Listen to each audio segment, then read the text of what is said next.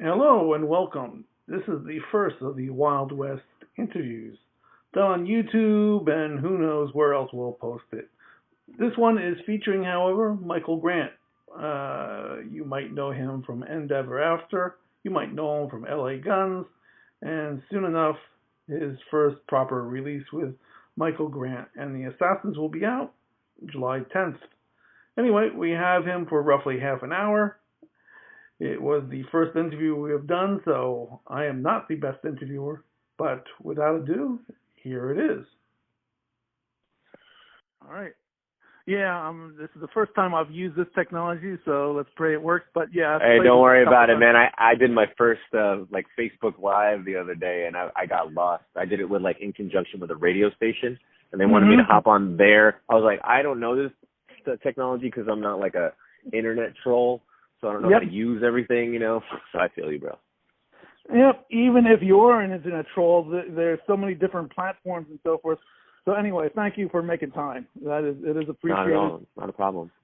All right. So yeah, I know you're generally working on you have a couple things going on right now. You have the album coming out sometime soon. Yes, sir. Yes, July 10 is when Always the Villain comes out. All right, and that is with your new band, or it's a new old band, I guess, correct? Or yeah, this is our debut album, and this is what I would consider our first true effort. Whereas the EP that I released before was just kind of like a bedroom exploration kind of thing, and I think this is much more focused and such. Yep, I remember seeing some tunes a couple years back, like on I forget which BandCloud or some site on the web. Right, one of those SoundCloud. Yeah, yep, SoundCloud. Yep. So, and that's what the EP you're talking about is something that was generated out of that project. Yeah, that was like the demos for that, and right. The demos for this album, and I think I took one or two songs off of those sections and put them in the album, like Break Me With You and Death of Me might have been one of those two. That thing you did on Facebook last week, the last tune you played right at the end was from those demos. Yes. All right, cool. Nope, I remember those. I kind of thought they were interesting. Like you said, they were demos. I was like, I'm curious where this goes, and so we will find out to some degree in July. Yes, sir. Awesome. All right, and tell us a little bit about the band. Who do you got? The drummer I think I have known from prior projects. Tell me a little about the guys you got playing with you. Well, on the album, I play all the instruments, drums, bass, guitar, right. Vocals, piano, whatever you hear. And on a couple tracks, I used Shane Fitzgibbon, really talented drummer, and we were together. We played together in LA Guns at the same time, and both left around the same time as well. Mm-hmm. All right. But besides me and him, that's it. All right, that's pretty cool. Now, when you said you were playing piano and drums and so forth, we're not talking synthesized drums. You're in behind the kit and so forth. Or? Yeah, I'm behind. I'm totally behind the kit. I book a studio. I'll usually bang out all the drum tracks in like a day, maybe two, but usually one day. I'll just like rehearse the hell out of it. I know the songs so well since I wrote them all. That, it's very fluid for me, and it's a good workflow, when I just do everything. If you can do it, that is ideal. That's incredible. All right, and we'll circle back to that. So you have the album, you have this band, and then I guess you had plans originally to go on tour, or what was the original plan, and where is that going now? Well, right now we've had to cancel every date that we had booked this year, and basically cancel a little club tour we were going to do. And now we're trying to just kind of wait and see the state of the world so we can, what's going to happen. I mean, a lot of our a lot of our label mates and contemporaries and bands and artists that, you know, I know have had to do the same thing, and bands who are of like, you know, upper echelon, like huge, the stadium arena kind of bands, and they've had to cancel with big money behind them, with huge money behind them, and there's not a goddamn thing they can do about it. You know, the state of the world is the state of the world, and everybody's trying to, you know, find another means like Zoom concerts and live streams, and although those are cool, like all very nice, they're all very nice, but let's be real, none of it supplements or even substitutes a live performance. It just, I don't know what it is. It just doesn't. It's fun to see, you know, for like 1-2 clips, you're like, cool. After a while, you're just like, I need to get to a show. I need to play a show, you know? Yeah. I guess, you know, one thing, nothing beats a live show, and a live show is what pays the bills as far as a musician, as far as I know. Absolutely. I mean, so many of us musicians are hurting right now because, you know, our lifeblood, our bloodline has been, you know, pulled out from underneath our feet. The rug's just snagged right below our feet, and, you know, everyone's trying to figure out a side hustle or something to do. Yep. Yeah, I can only imagine on that. And on top of that, now you have the music stuff all going on. You're trying to figure out what's going on with this pandemic, and now you got this other nonsense going on the last couple of days. We won't go there. Exactly. But you're also a dad, right? For the last 2 or 3 months. Yes. Yeah. My last 2 or 3 months, I have been a dad, and it has been a wonderful and interesting transition. Boy or a girl, or? I have a baby daughter. Her name is Michaela, and nice. She's beautiful and healthy, and good. I couldn't have asked for a better present. It's a weird time to have a baby, though. I'll tell you that. Yeah. It's a weird time, man. We didn't get to choose. You know, we didn't know this pandemic was happening. Yeah, going to the hospital. I don't want to go to the hospital. You're going to the, you know, and then just going to the pediatrician and shots and all that. Yeah, actually, you know, my baby hasn't seen a doctor since she's been born, because we went to her initial pediatric appointment like a week after and had a pretty intense COVID-19 scare with a person that was in the waiting room with us and my baby. God. And positive. And so it was a huge, big scare. They evacuated the building. They had that guy. They had the whole block. It was pretty ridiculous, you know, what they had outside when we all came out. There was like ambulances and fire trucks and like 6 cop cars, and they all like, you know, surrounded the block. And I was like, what the heck is going on? And after that moment, I was just too scared to take my baby to any hospital or any clinic or anything, because it was just too crazy at the time. It was literally like the very start of the pandemic, you know. Yep. Well, hopefully it straightens out and all is well and so forth. Absolutely. Yeah. And you know, how, you know, have you pondered, you know, last question on this domain, but have you pondered how you know, the balance between family life and child and going on tour and all that, or, you know, one day at a time, or what do you thoughts? I'm not too worried about that. I mean, I think, you know, luckily I'm with someone responsible enough to handle, you know, what needs to be done when I'm gone. And, you know, I also need to make the money. So it's perfectly fine. It's hard to navigate anything right now, tours included, and, you know, so right now I'd rather have that problem than this problem.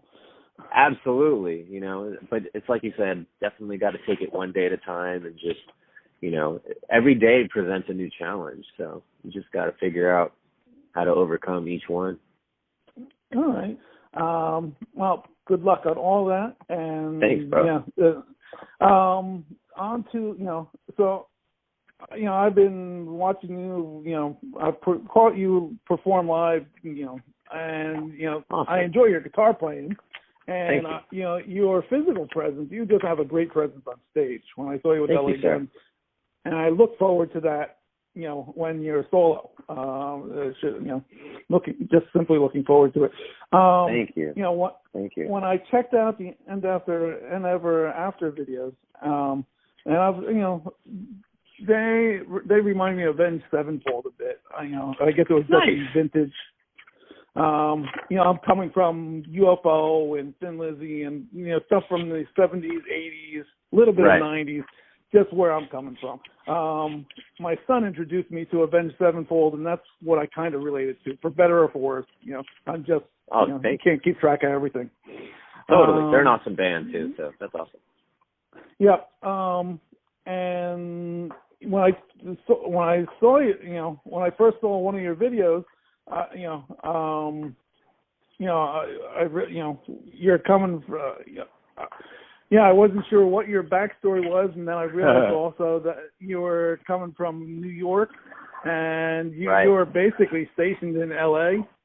And then I heard that you also were hanging out in the Philippines for a while.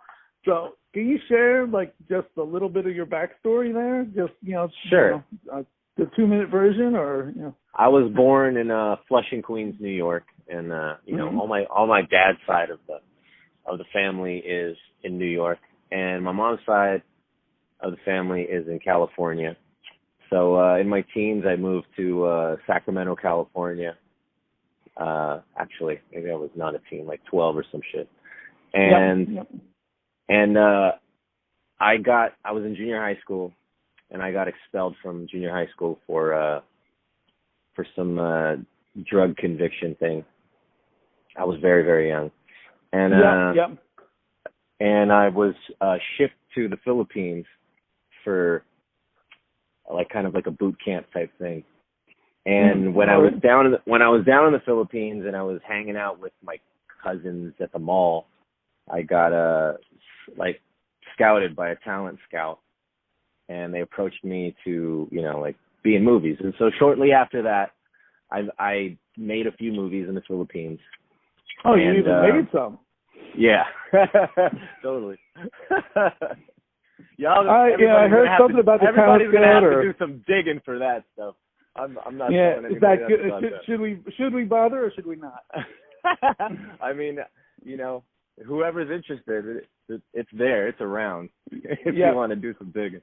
But this is when you're a teen, 13, 14, maybe something like that. I think I was about 12, to be honest. Wow. Like 12, all right. 13, something like that. Yeah. I was really, really young. Yep. So you did a couple movies there, for this, right. What kind of stuff was it? Think about like Filipino Glee, kind of like, tweeny type. Mm-hmm. All right. Fame, Glee, that type of vibe. A lot of dancing and singing, and like very teeny, high school problems type shit. Yep. Yeah, no, you mentioned Fame. Yikes, I forgot about that. Holy smokes. Right. And so, if you were doing that kind of thing, were you musical at 12, 13? What was your I had just started playing the guitar at 11 years old, and when I got to the Philippines, I continued playing guitar, and I think that's where I bought like a little cheap knockoff Ovation guitar. And there was this TV show songwriting contest type deal, and it was like the first song I ever wrote, and it was against so many songwriters in the Philippines. I'm 11 years old, and like lo and behold, I win the fucking contest. I couldn't even believe it.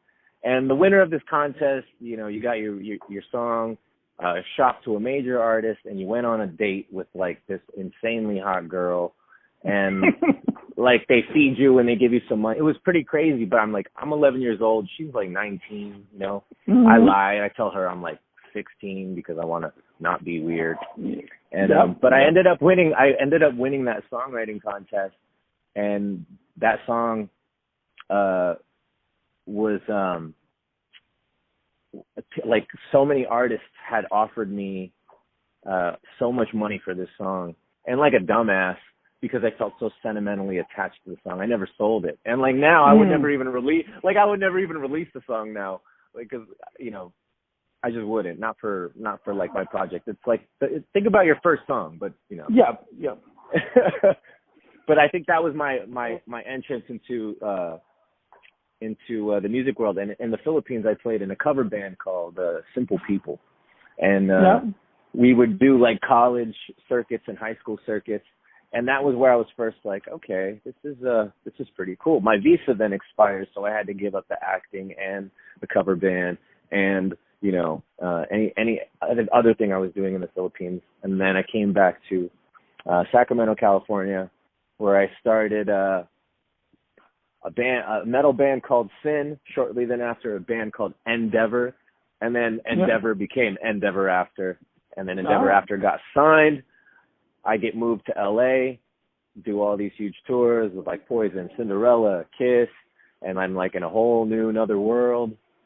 And you know, that's when things started really pouring in, and then we get invited to do Jeff Hardy's theme song from the WWE. Yeah. And that does insanely good, and you know, and then we break up, and then I start Michael Grant and the Assassins. Yeah. There's some holes in there for sure, but you know, I'm giving you the quick. Yeah, no, that whole winning the contest of that, and that whole, you know, is very interesting, very, very cool. Thank you. And living in Sacramento, you know, I think, you know, you say Sacramento, and you know, I'm over in New York. I'm a New York guy. I've yet to make it over to California, unfortunately, someday. Right. But I think I hear Sacramento, and I think Van Halen. Is there a ghost of Van Halen in that neighborhood, or? Van Halen's from Sacramento? I want to say yes, but I don't know that for a fact. I don't. Man, I feel like it may not. I feel like if they were, I would have. You would know about it. Like, yeah. I know Tesla's from Sacramento, and Deftones are from Sacramento, and Cake's from Sacramento. Right. You know, but I have never heard of. Because if they are, man, I feel like I have been, you know, lied to in my lifetime. Now I'm gonna have to go find out. I have it in my head that that's the case, but I don't know that for a fact. You know, it's one of those things. Ask Siri right now, maybe. Yeah, if I wasn't using my phone. I'm checking this out for us, bro. Real quick, hold on. Where is Van Halen from? I'm gonna shit my pants if they say Sacramento. Pasadena. Okay, so they're. Oh. So now I live in Los Angeles, and they're like a stone's throw away from here. All right. Yeah, and I might have confused, you know, over the years, Pasadena, Sacramento, it's someplace over there. Yeah, I feel you. Ends with a vowel. I get you. All right. Nope. That is all very, and pretty much always played the guitar, and then along the way picked up piano and drums and so forth. Yeah, when I was in New York as a kid, my mom had a piano teacher come to the house and teach us all piano. But when I was young, I used to actually run away from the piano teacher, and I didn't learn anything, which I wish I would have paid attention and learned. Yeah. So I learned. Yeah, that was like I would tinker a little bit because I was forced to. But when it was finally like time to where I started really getting interested in music, like 11 years old, that's when I really started kind of trying to learn it. But I'm in no ways a virtuoso on piano. For me, it's like a writing tool, and you know, it's not my first instrument. So, yep, I love it. You know, as far as writing and all that, you know, do you have a process for writing, anything, or just sit down with your acoustics, or you know? Sometimes it's different. Like sometimes it starts with an acoustic because I do feel that if a song is good acoustic, then it's going to be good electric. You know what I mean? Like if they translate to both mediums, both acoustic and electric, and they sound good that way. Song, yeah, the single that you have out now, which Red Light Runs. Yeah, that one works very nice in both. Thank you. But a lot of times, like I'll just sit down with my computer, and you know I have like a home studio, and I have all the instruments around me, and sometimes it'll start with a guitar part and then it'll just snowball from there. Sometimes it starts with a lyrical idea, or I've even started songs where it starts with a song title in my head. Like, I don't have nothing. I don't have no music, no words, but I got this title, and for some reason this title feels right. And then it spawns into, making something really good. And as far as, like, lyrically, I just try to write as poetically true to myself as I possibly can. What, things I'm going through, things I think people probably hope to feel like other people feel the same as me. Yeah. What do you, if you're not doing music and not involved with the little one right now, what do you do as far as other things? I try to keep on my fitness. I run a lot. So I'll try to, at least if I can, when the baby allows, like, I'll try to run like at least 5 miles a day, something like that. Nice. And then and that just keeps my mental flow good as well, because it's pretty easy to get stir crazy and lose your shit in what's going on right now. And being cooped in, I try to get some sunshine in. I do whatever I can, but most of the time goes to fatherhood, to be honest. No, 5 miles. If you're doing something like 5 miles a day, or even doing that a couple of times a week, that's awesome. That's great. You do any time? I ran a 10K every day this week, actually. This week I did 6 miles a day, 3 days in a row. So it's cool. Cool. I try to make that the standard right now, and with all the time on our hands, like, putting an extra lap in, it's almost like makes sense or something. I don't know. Yep. No, but you can. I have slacked in that. I used to be a runner. I did a couple New York marathons in the past. Nice. Yeah, no, that was one of my things. But I am happy if I'm doing 5Ks out there these days. So, but I feel you. Yep. I'm forced to skip some days. Trust me. Oh, of course. Yep. No. I'm like, okay, the sun has gone down and baby's still crying, so no running today. And you simply can't do it every day. If you did that every day, your body needs to recoup at some point. For sure. All right. I'm just running through. We were talking about, I was asking what you do, so you do the running, and, as far as other things that you listen to, what do you listen to when you're not, working on your own music? Do you listen? I find myself rewinding a lot, like going back and listening to things maybe I wasn't too aware of or too into, or things I have always listened to and just can't get enough of.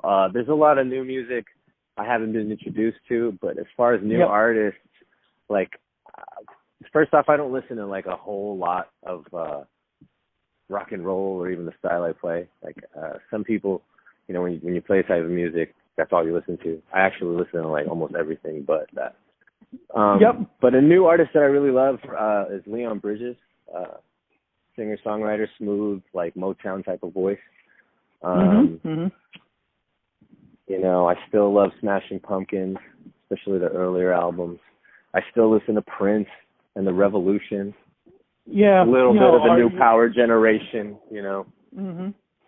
Nope, I listen mainly to rock, but I have a good chunk of Prince on my phone. So, nice. Now, do you when you finally get out there, do you think you'll still be doing that Purple Rain, or see what happens? I think that's been done enough. Or I think if people really wanted it, if people were screening it in the crowd, once in a while I'd give it to them, but I wouldn't give it to them every single show where it would become like a staple. Because when I was doing it with LA Guns, it became such a staple that people people would literally turn to me and be like, "Purple Rain," and scream "Purple Rain" at me like I'm Prince or something. Purple Rain. I'm like, okay. And then when we were doing shows, they would literally scream so loud "Purple Rain," like, to where it became a problem. Now, since you do listen to Prince now and again, or it is on your playlist, it sounds like. What other Prince tune would you do if you had the option, if you so desired? Is there one that, Purple Rain is the classic. It's the one that everybody knows. Is there one that, I would like do this one? Yeah, I would do "I Would Die for You," also on the Purple Rain album. But I haven't heard any artists do that yet, and that's always been my favorite song on that record. Yep. I think I would do that. I know that one. But I wouldn't go into Baby I'm a Star. I just want to do "I Would Die for You." I maybe even extend it, put like a guitar solo in it, and then like end it kind of deal. Because it's always, it's a perfect song, but if you cover something, you got to do it your way. Yep. Nope, make it your own in some fashion. Right. Exactly. Otherwise, what the fuck you doing? Yep.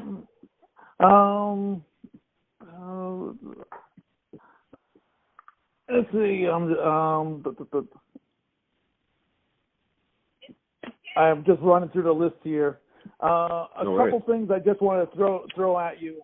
Things that, if I had, some time with Michael Grant, I'd ask. And these are more personal questions. All right. One thing is, do you have any recollections of a show over at Bowery Electric when you were with LA Guns? Do you remember? Oh yeah, I remember that very well. Venue. Absolutely. Any reflections, or Well, I remember. I remember it was sold out. I remember it was one of the hottest temperatured shows I've ever played in my life. It was just like a sweat box, and the energy was fantastic. I mean, the proximity to the first person in the crowd was so close. I mean, like, we had to really that's a really tiny stage, man, if you can even call it one. Yeah, really tiny that space. Room, when I realized that you folks had played there, I was like, oh my God, I wish, I was so annoyed that I had missed that. That was a good show, though. I remember, but when we played there, that was like the first lineup of LA Guns I was in. And then the second time was Webster Hall, I believe. Oh, really? Oh, yeah. I didn't even know that. That's cool. That was a good show. It was a good show. A lot of my family came. It was cool. Yep. And do you remember Eliza Colby at all, or any recollections of that hall, or are you too involved backstage? With that, with any of the business, I didn't really handle that, and I don't believe I even met her. So, unfortunately, I don't have any recollection of that part. Yep. No, I completely, especially if you were reconnecting with family and all that, and, in the midst of I could care fucking less at that point. I just want to see my family from New York who I never get to see.